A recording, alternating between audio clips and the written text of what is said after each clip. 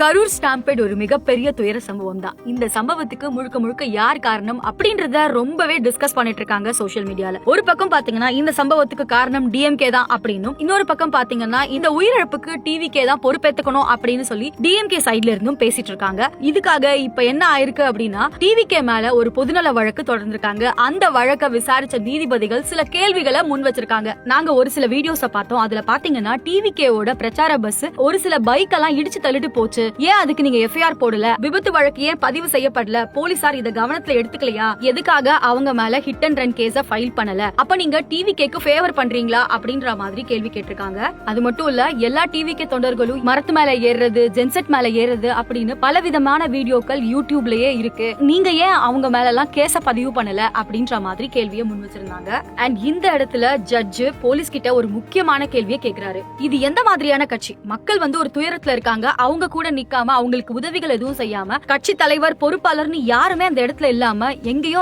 Escape ஆகி ஓடி போயிட்டாங்க. நீங்க ஏன் அவங்க மேல நடவடிக்கை எடுக்கல? ஒரு பேசிக்கான விஷயம், தண்ணி இந்த மாதிரியான பொதுக்கூட்டங்கள்ல வைக்க வேண்டியது, அதை ஏன் அவங்க வைக்கல? அடுத்ததா பாத்தீங்கன்னா, கரூர் விபத்து மனிதனால உருவாக்கப்பட்ட மிகப்பெரிய பேரழிவு அப்படின்னு சொல்லிருக்காங்க. தாவேகா நிகழ்ச்சி ஒருங்கிணைப்பாளர்கள் அந்த தலைவர் உட்பட யாருமே அந்த இடத்துல இல்லாம ஓடி போயிருக்காங்க. இவங்களுக்கெல்லாம் கருணை காட்ட முடியாது, நீதிமன்றம் இதுக்கான தக்க நடவடிக்கை எடுக்கும் அப்படின்னு சொல்லிருக்காங்க.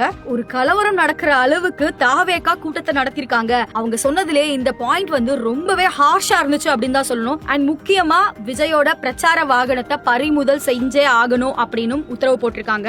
இவர் எப்படி ஒரு கட்சியை லீட் பண்ணுவாரு? இது கட்சியே இல்ல அப்படின்ற மாதிரி நீதிபதி முடிச்சிருக்காரு. தாவேகா கட்சியில முக்கிய பொறுப்புல இருக்கிற ஆதவ் அர்ஜுனா டிவிகே தொண்டர்களை உசுப்பேத்தி விடுற மாதிரி ஒரு பதிவை போட்டிருந்தாரு. அந்த பதிவுக்கு நீதிமன்றம் கண்டிப்பா நடவடிக்கை எடுக்கும் அப்படின்னு சொல்லிருக்காங்க. இவர் போட்ட இந்த பதிவுனால ஆதவ் அர்ஜுனாவோட பேக்ரவுண்ட் என்ன அப்படின்றதையும் செக் பண்ண சொல்லிருக்காங்க. இப்ப எல்லாருமே கமெண்ட்ல அங்க நடந்த சம்பவத்துக்கு விஜய் எப்படி பொறுப்பேற்றுக்க முடியும்? அதுக்கும் விஜய்க்கும் சம்பந்தமே இல்லையே, நீங்க எதுக்கு விஜய் தப்பு தப்பா சொல்றீங்க அப்படின்னு கேப்பீங்க. விஜய் ஒரு ஆக்டரா இருந்து இப்படி ஒரு சம்பவம் நடந்திருந்துச்சுன்னா விஜய்க்கும் இதுக்கும் எந்த சம்பந்தமுமே இல்ல. அவர் ஆக்டர்ல இருந்து ஒரு பொலிட்டிக்கல் லீடரா மாறிட்டாரு. சோ அவரை பார்க்க வந்த ரசிகர்கள் தொண்டர்களுக்கு அவங்க என்ன பண்ணிருந்தாலும் அதுக்கான பொறுப்பு விஜய் தான் ஏத்துக்கணும். அதுதான் ஒரு பொலிட்டிக்கல் லீடருக்கான அழகு. அண்ட் அதே மாதிரி தொண்டர்களும் இப்ப வரைக்கும் அவரை ஒரு பொலிட்டிக்கல் லீடரா ஏத்துக்கவே இல்ல, ஒரு சினிமா நடிகரா தான் பாத்துட்டு இருக்காங்க. அதனாலதான் அவங்களோட கண்மூடித்தனமான கிரேஸ் தான் இத்தனை பேரோட உயிரை கொன்னு இருக்கு.